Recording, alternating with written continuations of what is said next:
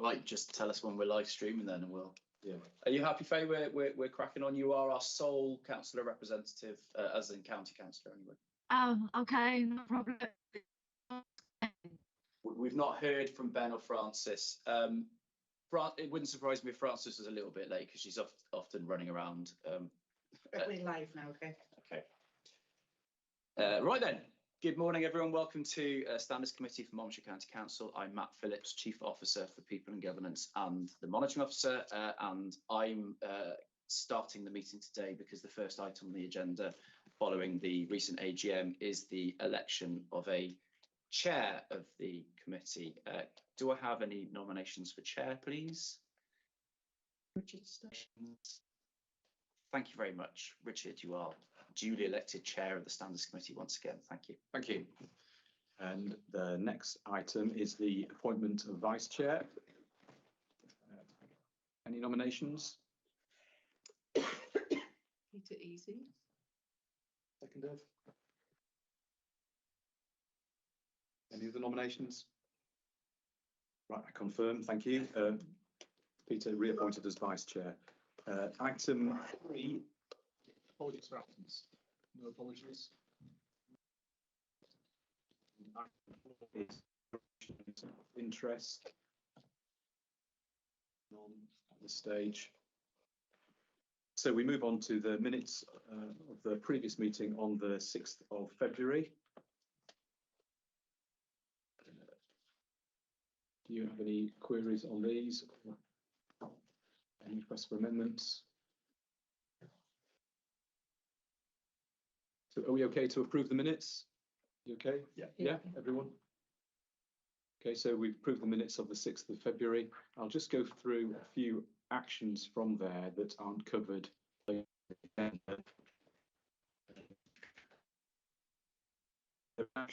send you the minutes of the National Forum of Standards Committees, which took place on 27th of January. I did send that out on the 4th of March. The National Forum meeting notes and also the Ombudsman's presentation notes from that meeting. Also, something else I did send out, we anticipated there would be a full public consultation on the Penn report, and I sent out a link to the consultation document on the 6th of April.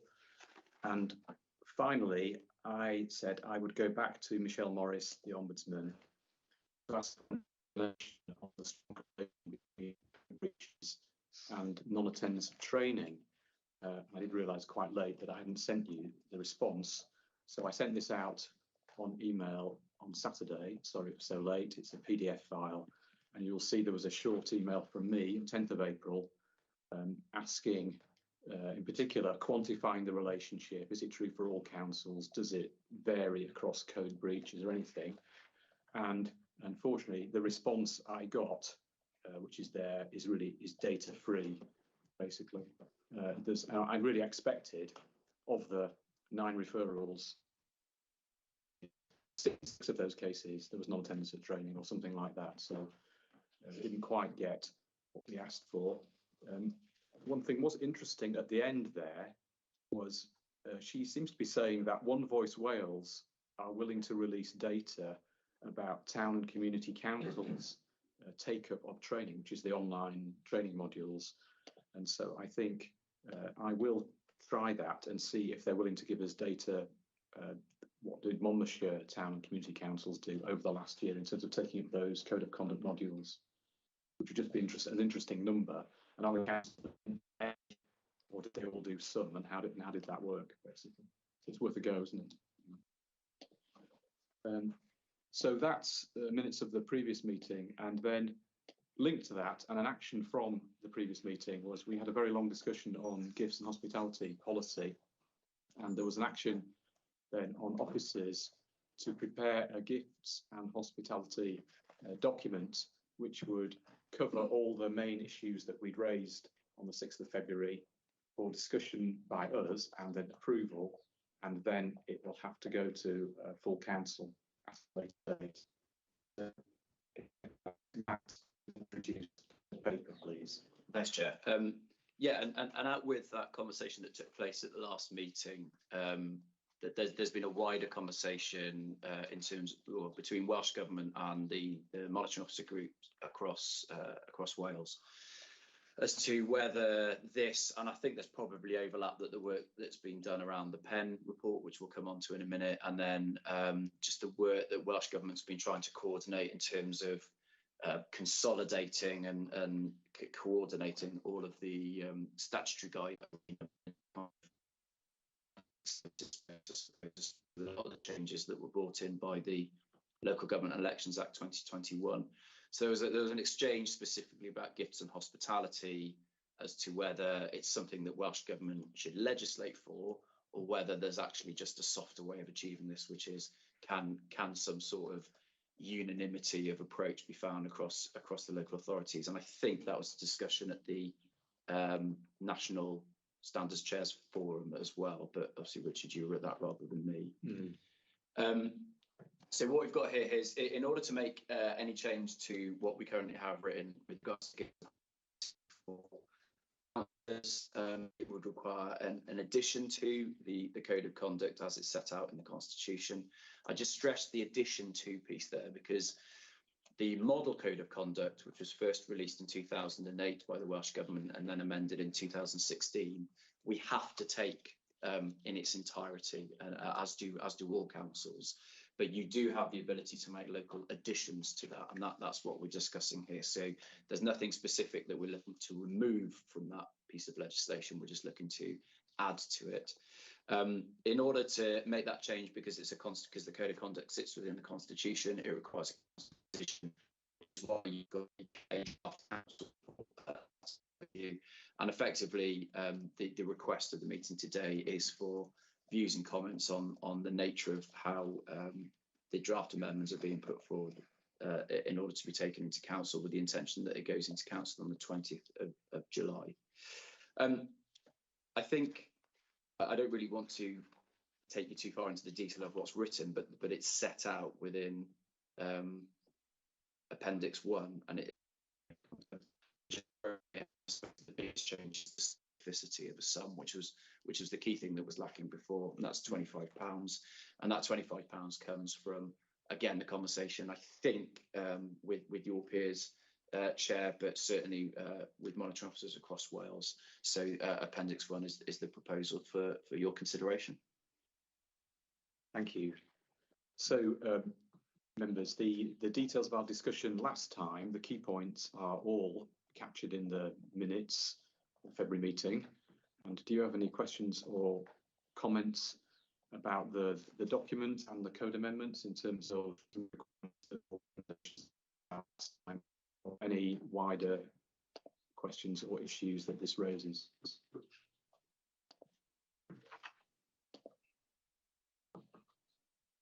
No, are you happy with this as it's written down? I mean, I think it's clear. think it's clear, yeah. If I think some of the key things that we wanted last time, we thought we needed a monetary value, so we've got that. We wanted to have the registration or of either accepting or declining gift practice, and that's also mentioned in the Ombudsman's guidance as well. So that's there. It also references the Bribery Act, which I think is good practice, and that leads to another question, a linked thing I have, which is the training or elected members on this, or the other question is, how do we make sure that this, in very simple terms, gets inside the heads of elected members? You know, actually, there's two questions. One is acceptance. Can I accept this? And the second is registration. And the registration, you don't have to register it over £25. You have to register it whether you accept it or not. But the acceptance issue is always a judgment call, and that's now very clear in 17, 18 and 19, because it says in 18, whatever the value of the gift or the benefit, if its acceptance may place them under an improper obligation or may reasonably appear to do so, it should always be refused. So that's I think that's very clear. So that's as you said, very context dependent, you know, in terms of what's your role, your accepting anything from someone connected with that in the run up to that determination would be appropriate. However, in another context, when there's nothing going on between the person, the donor, and you and your role, more than accepting a meal out may have no issues, or a day at the races, which I think was the last thing on the Monmouthshire Register. So I think that's very clearly written.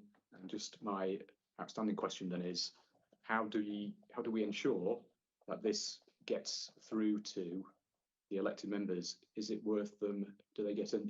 Is it training? Is it online? Is it sort of, what's the method? Given your council agendas can be very full, how do we avoid this just getting lost? And you know, it's a constitutional change, you know, and so. So it will be, my intention would be, I will brief Councillor Angela Sandals, who's the cabinet member responsible for governance.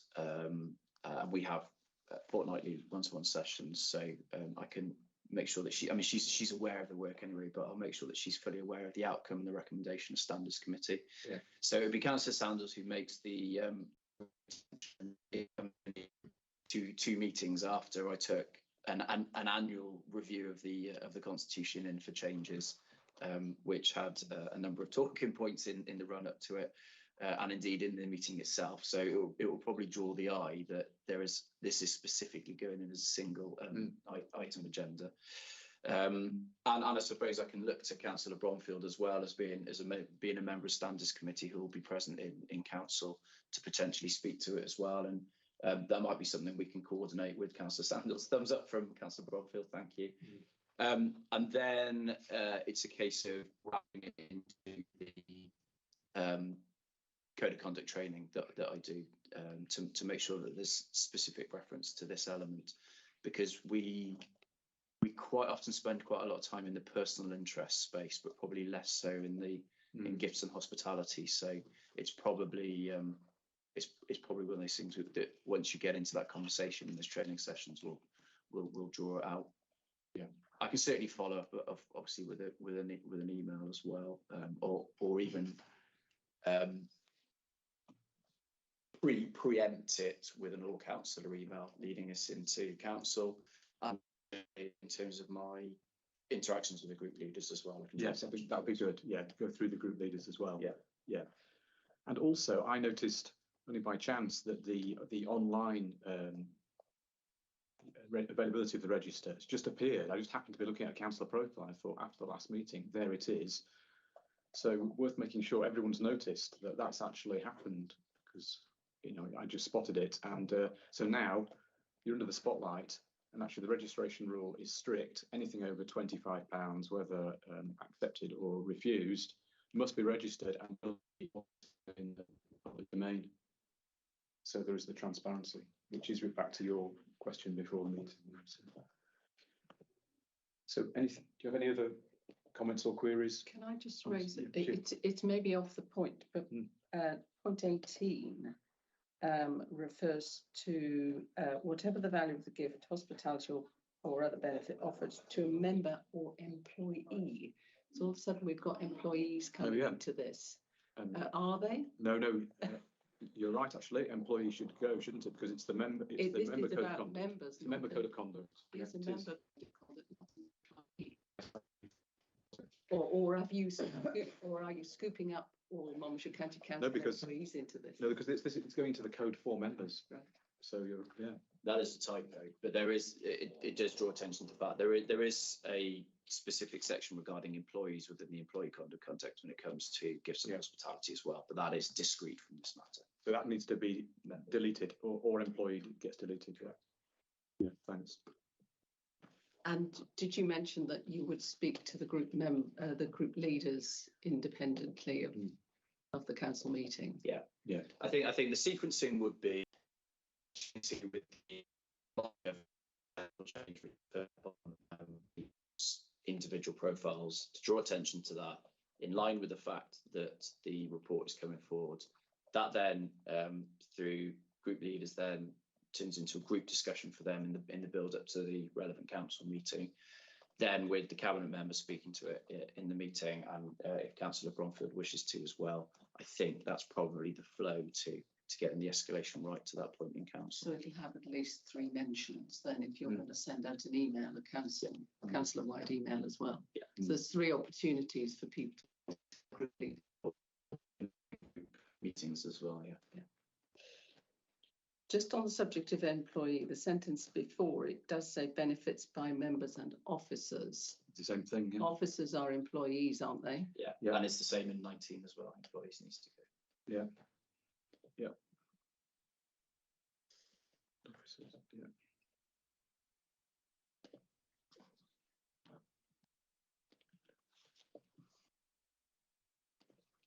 Just regarding, and again, a simplistic explanation of the Bribery Act, even though it's probably unlikely it can get an explanation of what that's about will get members' attention. In the sense that I've seen other codes where actually it's put in explicitly, it's in the code, it's actually in the member code of conduct. Because if we're putting this in, we're going to have to say, must not contravene the provisions of the Bribery Act. Well, simplistically then, we're going to need a paragraph saying that's what this is about.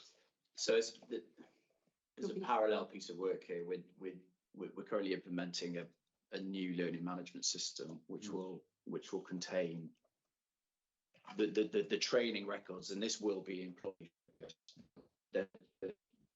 With that duality of trying to understand where we point some of this stuff when it comes to councillors. It's the same in a different sense from kind of HR support sense as well, access to counselling and what it might be.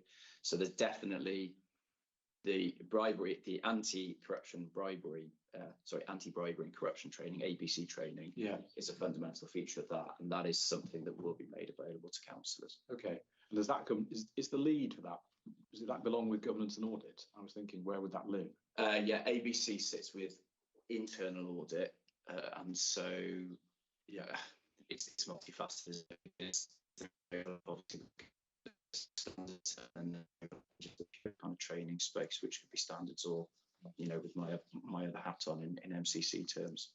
So should we let internal audit know this is coming then? Yeah, that'd be another, you know, and they should then feed it into the governance and audit system. and conveniently, I've established a governance working group last month, which will be meeting for the second time now, I think next week. Okay. Which is actually looking to bring a lot of these governance functions together, because there's I'm the one with the word